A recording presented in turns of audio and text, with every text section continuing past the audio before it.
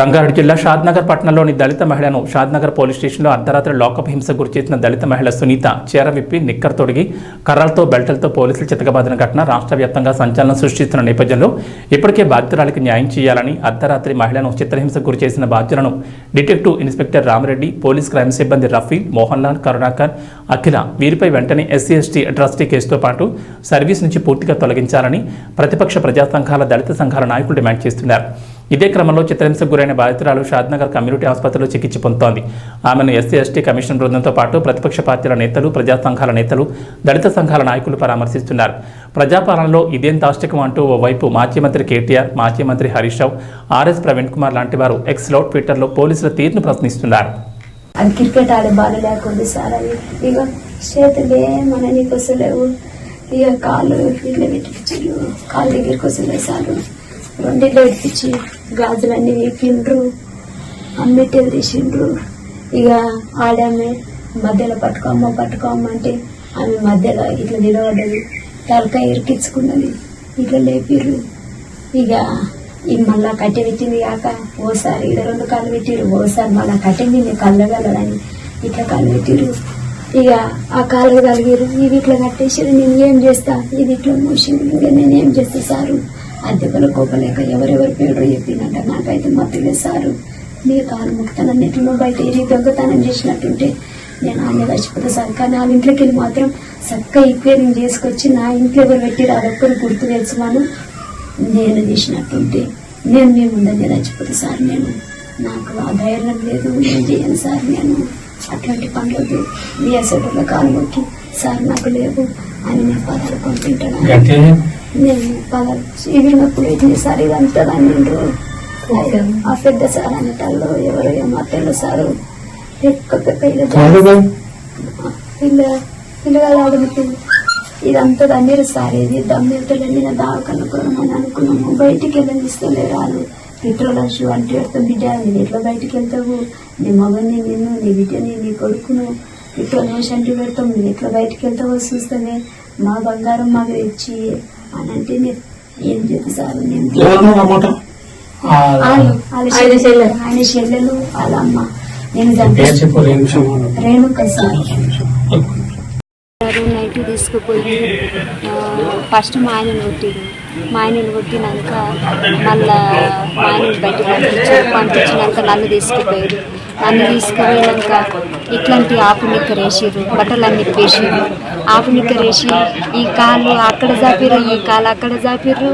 ఇక కట్టె ఒకటి పెద్దది పెట్టారు సార్. పెద్దది పెట్టి మళ్ళా చేతులు ఎంట కట్టేసి కాళ్ళు సాపిపిచ్చి కాళ్ళు కట్టేసి ఒక పెద్ద కట్టె పెట్టి ఓసారి ఇక్కడ కాలు పెట్టిండు, ఒకసారి మళ్ళీ కట్టె మీద ఇక్కడ కాలు పెట్టిరు.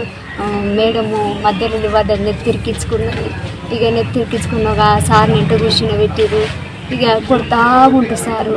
అంత ఘోరం మాత్రం కొట్టదు సారు. మస్తు కొట్టిరు సారు. బట్టలు కొట్టిరు అంటే ఒక ఆడపిల్లను నేను చెయ్యని శిక్ష అనుభవిస్తున్నా అంటే నాకు ఇవ్వద్దు సారు. మీ కాలు మొక్కి 10 రూపాయలు అనుకొని నేను బతుకుతా, కానీ నేను ఇట్లాంటి పనులు చేయను, నాకు వద్దు సారు. నా పిల్లనికి ఆపరేషన్ అయింది, నా మోంటి పనులు మంచిగా, నా కాలు ఇరిగిపోయింది సార్ అంటే ఇటంగా నమ్ముతలేదు సార్. వాళ్ళు కాలు ఇరిగిపోయిన ఇంకా నాకు పెట్టింది సార్. నాకు మొత్తం నేను నడవనీకి వస్తలేదు. ఇంకోసారేమో ఏదైనా వేసి తన్నిండు దమ్ము వస్తుంది నాకు మాట్లాడాలంటే. అంటారు ఆపేస్తారు అంటే ఇటంగా ఇష్టం వచ్చిన పట్ట చేతులు కొట్టిరు. ఒకసారి పట్టిండు పట్ట.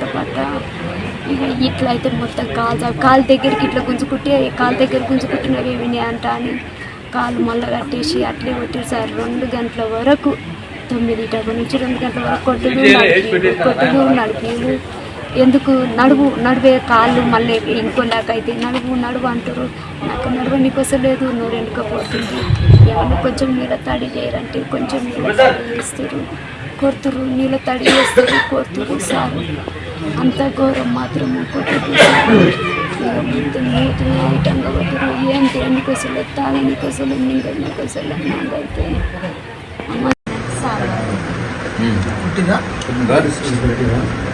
ఎవరు ఎస్ఐయా కొట్టింగ్ సిఐ ఎవరు? అది తెల్లగా ఉంటుంది సార్.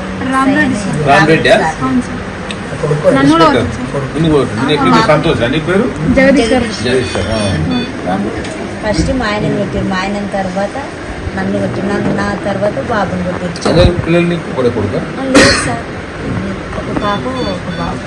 మా పాపను నిన్ను కూడా కొట్టారా బాబు? కొట్టారు ఇట్లా నాకు ఇట్లా ఆప నిక్కరేసి కుట్టేసి లోపలికి కొంకొచ్చారు సార్, కొంకొచ్చి అది వేసి కొట్టిర్రు. నాకు కూడా పాయింట్ ఉండే అది ఆ పాయింట్ ఇప్పి నువ్వు లాగేసుకొని రాపోరు అన్నారు. సార్ ఆఫీస్ నేను సార్ కొట్టుకుని సార్ అంటే కూడా అట్లే కొట్టారు సార్. ఈ పిల్లగారు టాయిలెట్ రాకుంటుండే జామ్ అవుతున్నాడు. కొట్టకుండా అట్లా కొట్టేసారు ఆ బాబుని. నీ పేరు జగదీష్ సార్ కానీ బంగారం మాత్రం ఏం చేయలేదు సార్. మీరు నాకు లేకపోతే నేను పడుకుంటాను అనుకుంటున్నా, నాకు ఆ దొంగతనాలు సార్. నాకు న్యాయం కావాలంటే నాకు ఏ శుద్ధి ఏమి వద్దు. నేను మళ్ళీ మేము ఆళ్ళని మంచిగా మాట్లాడతాం కానీ ఇట్టోటి మా మీద పెడతారని మాకు తెలుసు సార్. వద్దు, మాకైతే ఇది న్యాయం మీరు చేయాలి. నాకైతే వద్దు, నేను తీయలేదు సార్. నాకు తీయనప్పుడు నాకు ఇంత ధైర్యం. వాళ్ళు 9 తప్పు నుంచి 9 గంటల దాకా పెట్టినా నేను అదే మాట వాళ్ళకి. మళ్ళా కంప్లైంట్ ఇచ్చిన ఆయన కాల్ వేసి పంపించింది. నాకు మధ్య లెక్కలు పడిపోయింది, చచ్చిపోయింది అంట మా బాబు. అంటే కొడుకుని ఎంట్రీ బట్టి కొడుకుని ఎంట్రీ బట్టి చెప్పి అనిపిస్తారు. ఇంకా నాకేం చేస్తాను. మహిళా పోలీసు వాళ్ళు ఎవరు లేరా? కలిసి ఒక్కరు మహిళా పోలీసులు లేరా? ఇంకా ఇద్దరు అంటే వాళ్ళు జెంట్సే కదా, మహిళా పోలీసులు మహిళా పోలీసులు ఎవరు లేరా?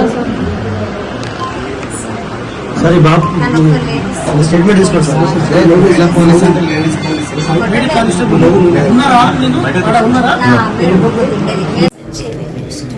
నాకు అదే అనిపిస్తుంది. వద్దమ్మా, నాకు అదుపులొద్దు, నాకు అలా మంగళవారం 2 గంటల వరకు అట్లే కొట్టిరు మేడం. నాకు మతి లేకుండా పడిపోయిందంట. ఆ కంప్లైంట్ ఇచ్చిన ఆయన మళ్ళీ ఏంటి జెండు బాంబు తెప్పించి నా కొడుకుతో జెండు బాంబు పెట్టిపించిందంట మేడం. జెండు బాంబు పెట్టించినట్టు నా కొడుకుకు మళ్ళీ నా బట్టలు ఇప్పి నా కొడుకు 2 నెలలు కానీ మేడం ఆపరేషన్ చేయించుకొచ్చిన.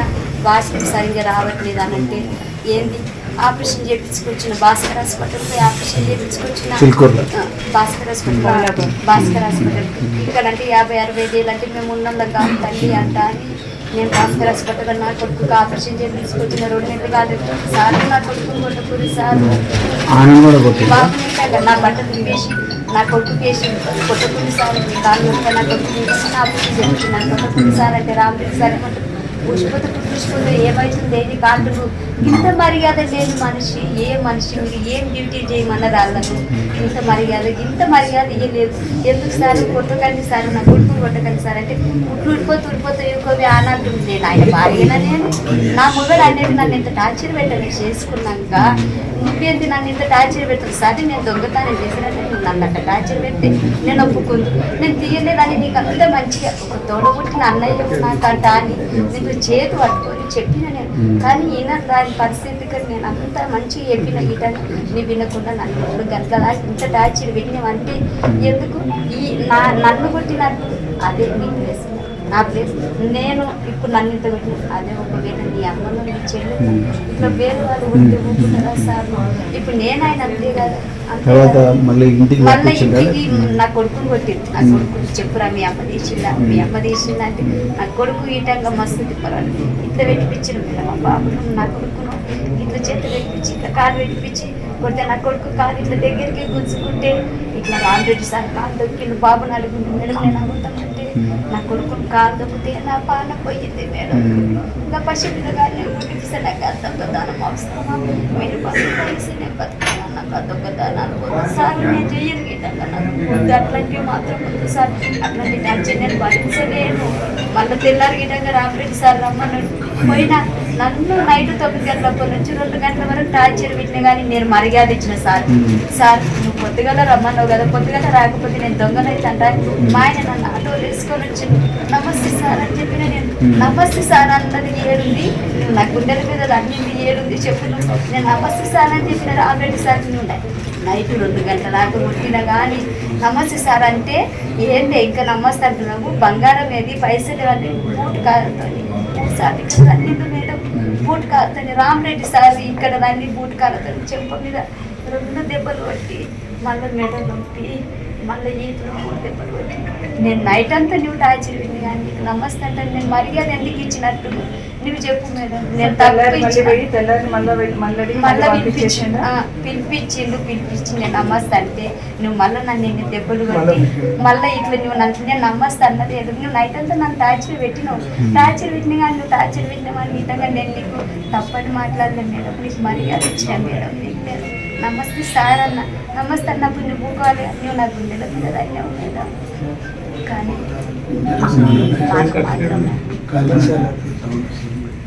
మాకు మాత్రము న్యాయం చేయండి. కొద్దిగా 07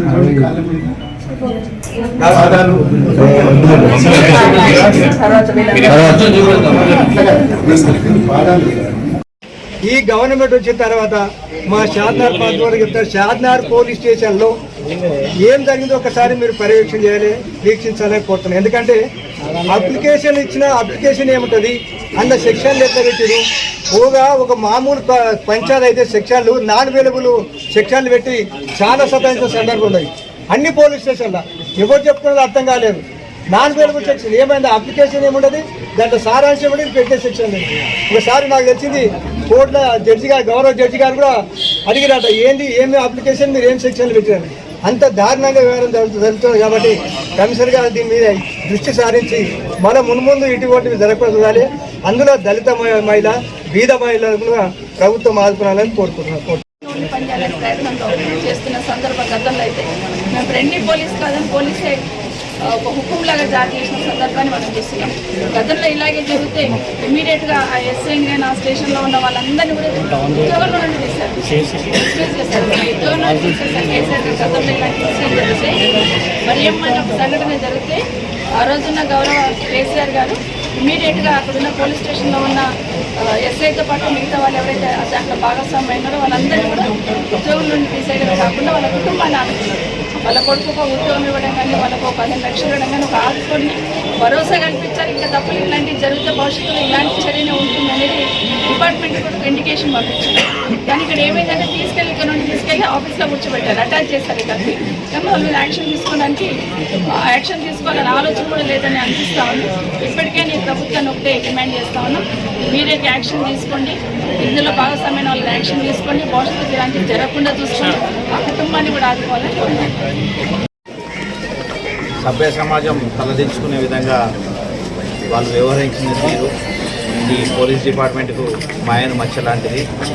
ఇప్పటికైనా మా సైబరాబాద్ సిపి గారు అలాగే డీసీపీ గారు ఏసీపీలు అంతా పర్యవేక్షించి అసలు పోలీస్ స్టేషన్ వ్యవస్థలనే ప్రక్షాళన చేయాలి. ఎందుకంటే నిజంగా మేమన్నా తప్పు చేస్తే ఆ రోజే ఎఫ్ఐఆర్ చేసిన రోజు సంబంధిత ఆధారాలు ఏమైనా ఉంటే తీసుకుపోయి రిమాండ్ చేయాలి తప్పించి ఇలాంటివి చేసి అంటే ఆమె చెప్పుకోలేని పరిస్థితుల్లో కూడా ఈరోజు వాళ్ళ పిల్లలు కానీ వాళ్ళ హస్బెండ్ కానీ ఆమె కూడా చెప్పుకోలేని పరిస్థితులు ఉంది.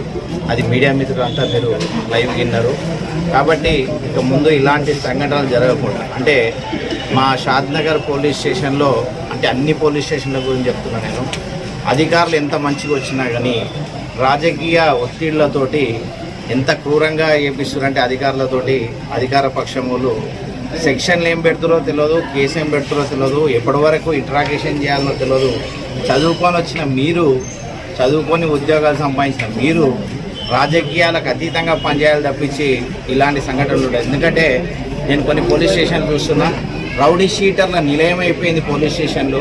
రౌడీ షీటర్లను పక్కకు కూర్చోబెట్టి సెటిల్మెంట్ చేసే స్థాయికి మా షాద్నగర్ పోలీస్ స్టేషన్లు అన్నీ వస్తున్నాయి. ఎందుకంటే నేను ఎందుకు ఇంత గట్టిగా చెప్తున్నంటే మా దగ్గర అంటే నందిగాం పోలీస్ స్టేషన్ తీసుకోండి, ఒక్క రౌడీ షీటర్ 5-6 మంది ఉంటే రోజు పోయి పోలీస్ స్టేషన్లో ఉంటుంది. అంటే సమాజం ఎక్కడ పోతుంది అంటే ఈరోజు అసెంబ్లీలో చూసిరు, మీరు బయట చూసిరు, అఘాయిత్యాలు చూస్తున్నారు, రోజుకొక మర్డర్ చూస్తున్నారు, రోజుకొక అఘాయిత్యం చూస్తున్నారు. ఇవన్నీ పోలీస్ వ్యవస్థ వైఫల్యం అంటాను నేను అనను, ఇది ఖచ్చితంగా రాజకీయ నాయకుల వైఫల్యం. ఎందుకంటే ప్రెషర్కు వాళ్ళకు ప్రెషర్ పెడుతున్నారు, ఆ ప్రెషర్ పెట్టి ఆ ప్రెషర్లో నువ్వు ఇక్కడ తెచ్చుకున్నాం మేము, నువ్వు ఉంటావా పనిచేస్తావా లేదా అనే విధంగా వాళ్ళ మీద ప్రెషర్ పెడుతున్నారు. అధికారులు అయితే చదువుకొని వచ్చారు, మీరు ఈడ కాకుండా ఇంకొక దగ్గర జాబ్ చేస్తారు, కానీ రాజకీయ ఒత్తిళ్లకు తలొగ్గకండి. మీరు ఖచ్చితంగా న్యాయం చేయాలని చెప్పి మీడియా ముఖంగా అంటే మా పార్టీ తరఫున అందరూ వచ్చిర్రు, ఇక్కడ వచ్చి చూసిర్రు. అంటే ఇలాంటి సంఘటనలు ఎక్కడ జరిగినా కానీ బీఆర్ఎస్ పార్టీ అండగా ఉంటుందని చెప్పి మరొకసారి తెలుపుతున్నాం.